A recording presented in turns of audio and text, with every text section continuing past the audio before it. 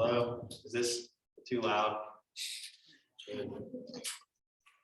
Okay, so tonight I want to talk about love and how we can love each other and strengthen CSC and our ministry overall. And I know it's cliche to say this, but I do want to say I love all of y'all, and I am so thankful just to be able to come here and speak. Thank you, Slobber Dog. Appreciate it. But I do truly love all of y'all, and I hope that y'all feel that love, feel the love that I feel here at CSC.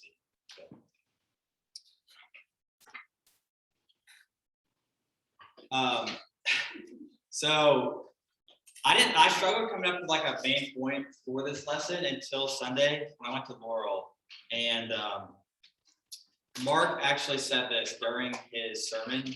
Said the one thing that will cause the non-believing world to believe in us as Jesus's disciples is the love that we have for each other. And I think the more loving we are of each other, and the more that people can see that love and they can feel that love, it will attract new people here, and it will only strengthen our ministry and what we get out of it. And so I think also God is love. And I know that's a verse, I didn't put it in here, but honestly, if we know God, if you know God, you know love. And I think there's no better love that we can show each other than the love that we felt from God himself. And so, yeah.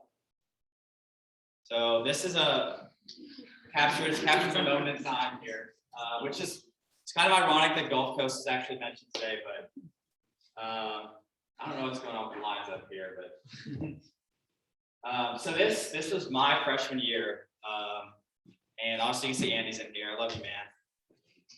We got the hearts falling asleep on each other. But so I was a freshman. I came to UT. I never went to church. I had no experience in ministry, no experience really with Christianity. I went like on Christmas and Easter, and that was about it. And I had been offered a chance to go to Gulf Coast. I'd met some of the CSC my freshman year early on, like Clint. And it's like, hey, I get a weekend at the beach in Panama City. Why not go? It's only like $50. And so I hesitated, but I was like, you know what? I'll go. Why not? What do I got to lose? And it was actually probably moments before this picture was taken. My mom called me and told me my grandpa had passed away. And it was a very tough time at that time, and I think I tried to hide it. It was a burden for me, and I didn't want anybody else to have that burden. I didn't want that to drag down, that trip, and I wanted that trip to be fun for everybody. And so, I didn't tell anybody. I kind of just went on with the weekend. My mom was like, "You need to fly back tomorrow or whatever," and I was completely bummed out. But I didn't tell anybody at first. I was trying to enjoy the weekend, and I think this beautiful thing happened where I finally told Andy, and I told Clint, the former campus minister, and also Mr. Fuller, who would actually take me to the airport later on, take me there. But it was after I told them, I felt bad because I kind of gave that burden to them, but I think that was like my saving grace there. I had such a great weekend, and I can just vaguely remember this moment, I think, where I felt the love of God. I felt it speaking to me. And that was when I told everybody. I just remember we got into this hotel room at Gulf Coast, and it was like 40 to 50 people in there, like the whole CSC contingency. And I finally, I told Clint, and then everybody just gathered around me, and, they put their hand on me and they prayed for me. And I don't know, that's a moment I'll never forget. I felt the love,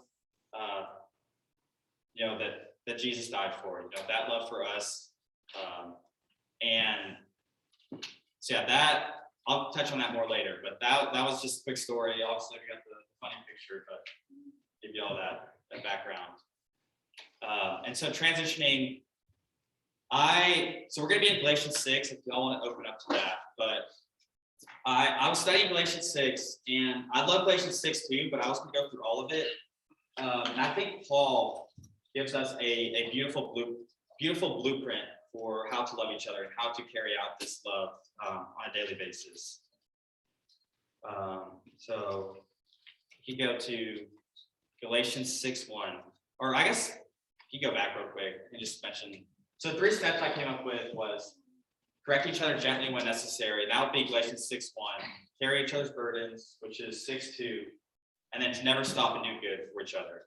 And that would be Galatians 6:9-10. So read Galatians 6:1 real quick. It says, brothers, if anyone is caught in any transgression, you who are spiritual should restore him in a spirit of gentleness.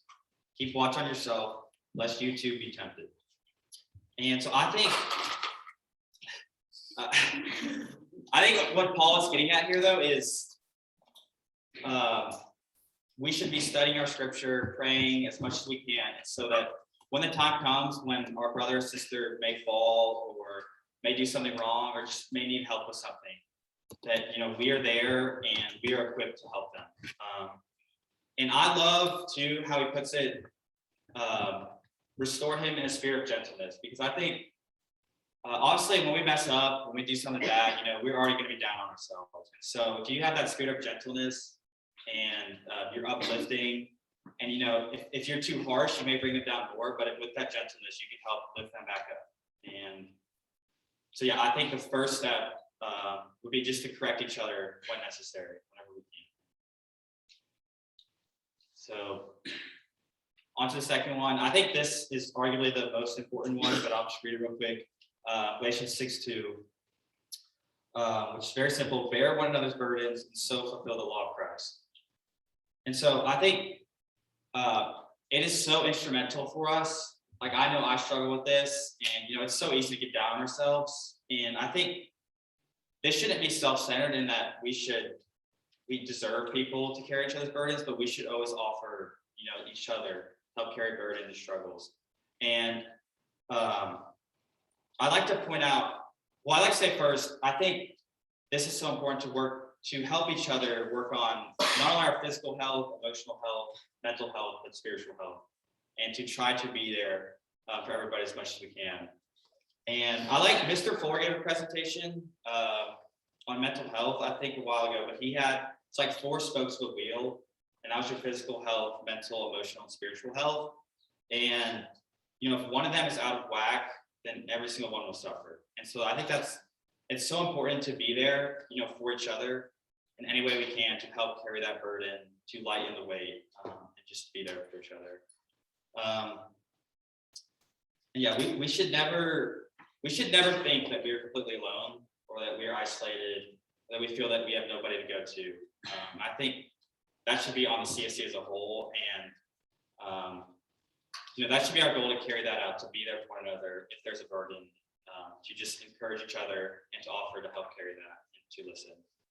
And so the next one is Romans 5:3-5. So it's kind of long, so I guess I'll just paraphrase this, but he's basically saying, we rejoice in our sufferings and whatnot. Character produces hope, and hope does not put us to shame, because God's love has been poured into our hearts. And so I think kind of to go with the burdens, even in our deepest trials, deepest struggles, God's love is always with us. And I think it's so important to realize that and to offer that to other people. It costs nothing to be the person that reminds someone of that, to show someone that love, to offer to help them walk through their day, just checking on them, how are you doing, and stuff like that. And I think people will feel that. They'll notice that, when you're treated that way, you feel loved. And I think also nothing that we go through cannot be used to deepen our faith with other Christians or deepen our faith with God. So, and then the last one, Galatians 6:9-10. And Paul says, "And let us not grow weary of doing good, for in due season we will reap, if we do not give up. So then, as we have opportunity, let us do good to everyone, especially to those who are of the household of faith." And so I think this instrumental is, I know Caleb did a lesson on it with Logan, where you don't want to grow complacent.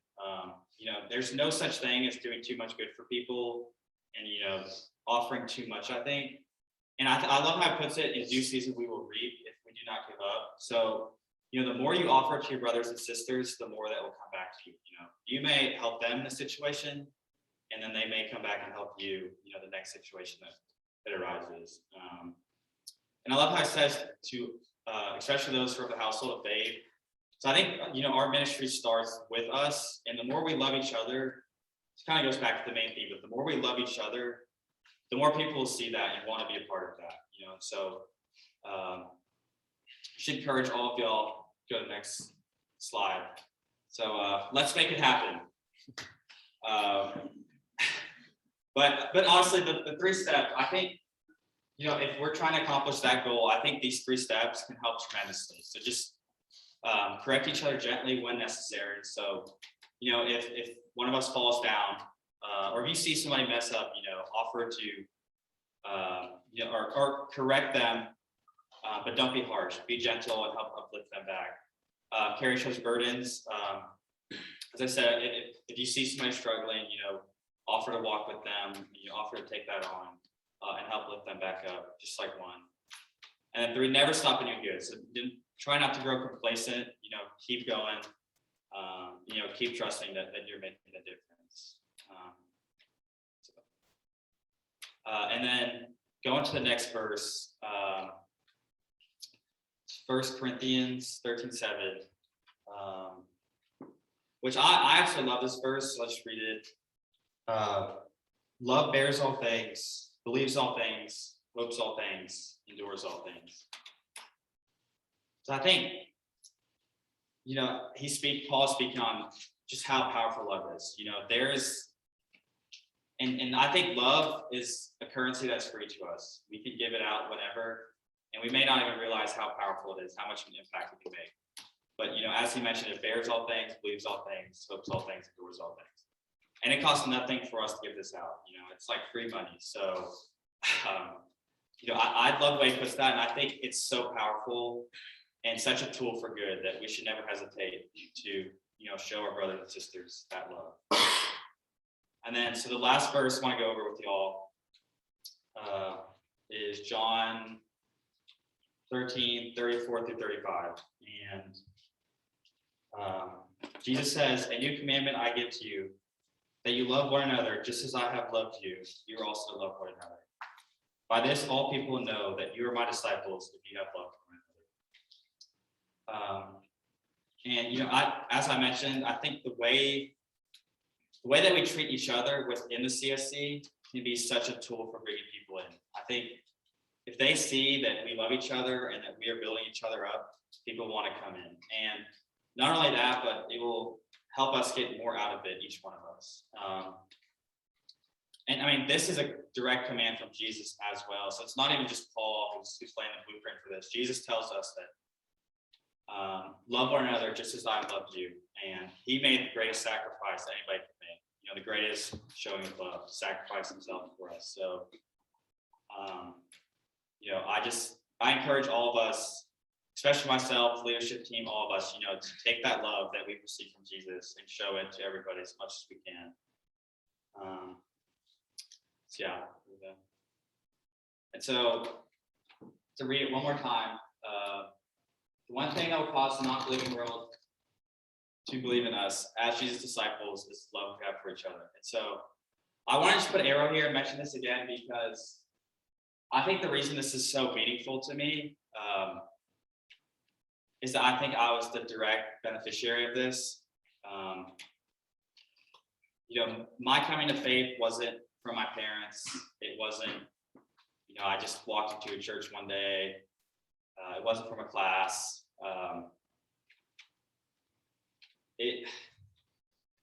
It was feeling the love that I experienced at CSC. I only came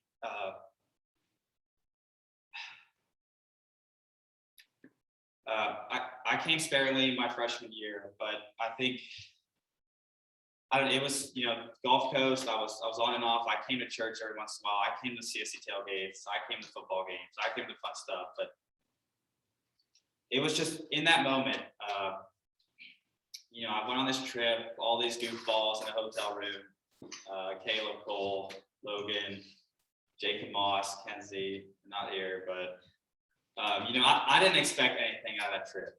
And I think those 3 steps I mentioned, I think I experienced each one of those on my trip to Gulf Coast. And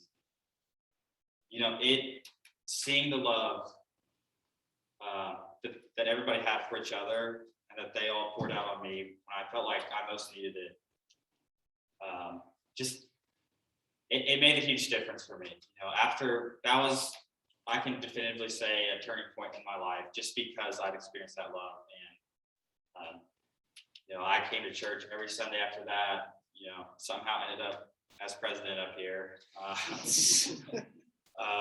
But I can trace all that back to that moment, and the whole theme is love, and it was love that made that happen, and it was people pouring that love onto me. They didn't need to do that, but they did it, and it made a world difference for me. And I know, because it made that difference for me, I know that we can make that difference for more people. So thank y'all. I want to close this out in prayer, and then we will be done. Dear God, I am so thankful for the CSC, Lord. All the things that it has done for me, all the love that I've experienced here. And Lord, I just pray that each one of us can take the love that we experience here and bring it to each other and those outside the CSC. Lord, I just pray that you watch over all of us, Lord. I pray that you give us the comfort that none of our burdens are too strong to carry, and that we'll always have each other to help carry those burdens. Yes, Lord, I want to thank you so much for the ability to even come up here, Lord. Thank you so much for the group going to listen. Thank you for Jason, our leadership team. Thank you for everybody's heart that could make it here tonight. And I want to pray in your son's name. We are so thankful for his sacrifice. And I just pray that the love that he had for us, to sacrifice himself for us, and the love that God has for us, he sent his only son down and die on the cross for us. I pray that we all feel that love tonight, and that love will permeate from here outward. Yes, once again, thank you for everything you've done for us. It's in your son's name we pray.